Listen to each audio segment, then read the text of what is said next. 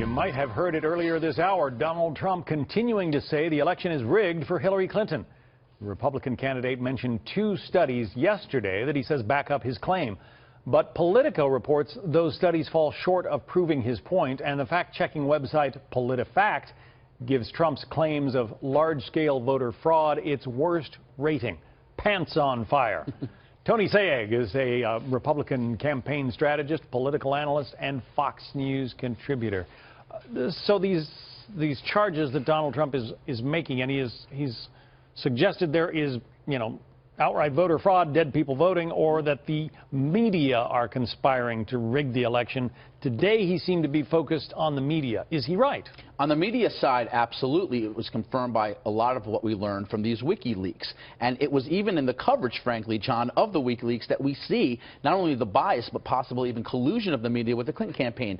You have NBC, who covered 7 minutes on the Trump tape for every 30 seconds on the Hillary WikiLeaks. CNN, 8 minutes for every 30 seconds. CBS, 5 minutes on the Trump tape for every 30 seconds of a broadcast hour on WikiLeaks. There's clearly some level of support and sympathy on that side. Then we learn furthermore from these WikiLeaks emails that you have people from the New York Times to the Boston Globe to the Washington Post coordinating stories with the Clinton campaign. In one case, a Politico journalist actually tried to ask for permission to use certain quotes, gave the campaign the right to even write their own quotes for a piece.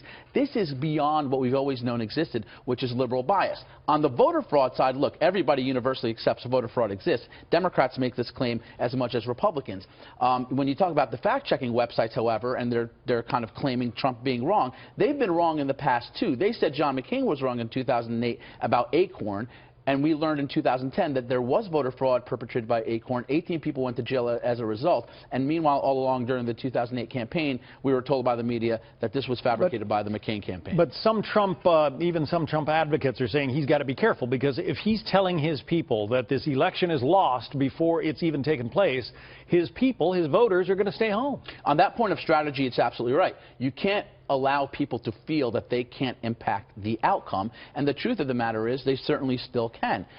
And that's where I think Donald Trump has to walk the fine line by keeping on a message, by the way, John, that's worked for him throughout this campaign. And it's also worked for Bernie Sanders throughout this campaign. It's that whole idea that the macro dynamics of this country are rigged against the average person, whether it's the economy, whether it's government in Washington, whether it's the voting system, that if you're the average guy, you're always losing out to these larger elite interests that both parties, frankly, have represented. So Trump on the overall message is right to make this about a rigged system, but he can't do it at the expense of enthusiasm of his own voters. Well, he can't seem to get out of his own way sometimes. I mean, since that tape came out, he's down quite a few points, even in states like Texas.